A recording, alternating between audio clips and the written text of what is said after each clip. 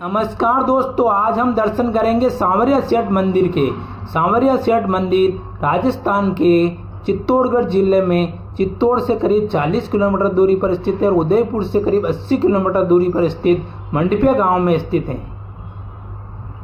जैसे ही मंडपिया गांव पहुंचने पर यहाँ पर आपको 2 व्हीलर और 4 व्हीलर गाड़ी खड़ी करने की सुविधाएं उपलब्ध है। यहाँ पर गाड़ी पार्क कर सकते हो। इसके बाद जैसे अंदर की तरफ आप जाओगे तो यहाँ पर आपको बहुत सारा कार्य भी हो रहा। अभी फिलहाल के अंदर माना जाता है कि सांवरिया सेठ मंदिर के अंदर करोड़ों रुपयों का दान आता है।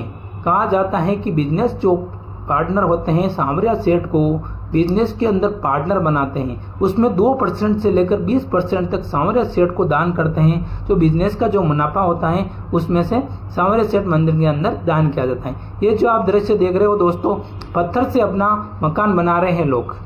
कहा जाता है कि यहाँ पर मकान बनाने से 1 मंजिला 2 मंजिला ताकि उनका घर भी इसी तरह से उनका घर पर बन जाए, ऐसा उनका बिजनेस चले। भक्तगण आते हैं और पत्थर से अपना मकान बना के जाते हैं निशानी के तौर पर भी, ताकि उनका मकान भी ऐसा भव्य बने हैं। अब पहुंच चुके हैं सांवरिया सेठ मंदिर के गेट की तरफ।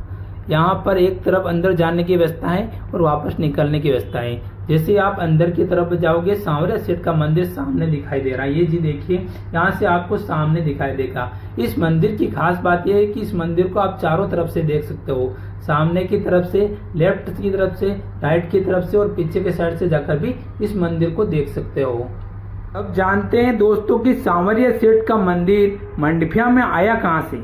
हुआ ये था कि मीराबाई जो मीराबाई के भगवान श्री कृष्ण सांवरिया सेठ वही गिरधर गोपाल हैं जिनकी मीराबाई पूजा किया करती थी। हुआ यह था कि मीराबाई जो थी संत महात्माओं के साथ भ्रमणशील में रहती थी, यानी कि एक जगह से दूसरी जगह पर घूमना और भजन कीर्तन करना। तो उसी इस प्रकार संत दयाराम नामक के पास भी एक जमात थी जिनके पास ये मूर्तियां थी। हुआ यह था कि उस समय औरंगजेब का शासन हुआ करता था दिल्ली के अंदर, तो वह हिंदू मंदिरों को तोड़ने और मूर्तियों को नष्ट करने का काम शुरू कर दिया था उसकी सेना ने।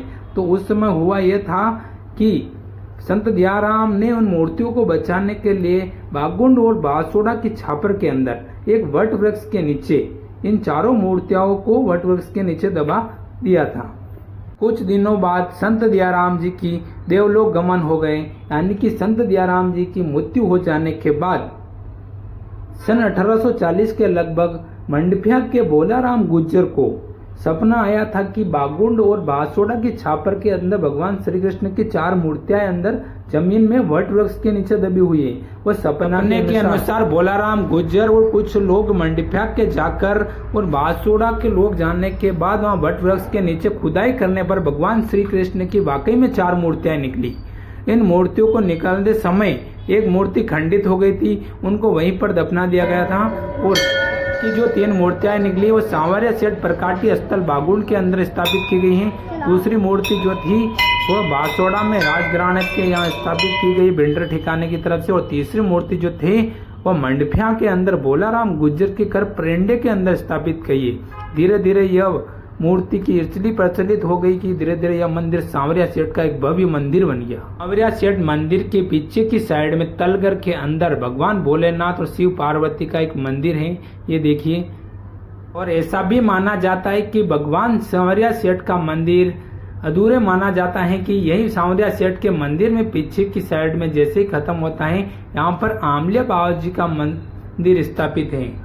माना जाता है कि इनके दर्शन के बिना सांवरिया सेठ के दर्शन अधूरे माना जाता है, इसीलिए आप सांवरिया सेठ के मंदिर के दर्शन करने के बाद इन आमलिया बाबा जी के दर्शन जरूर करें। सांवरिया सेठ मंदिर भारत का एक भव्य मंदिर माना जाता है।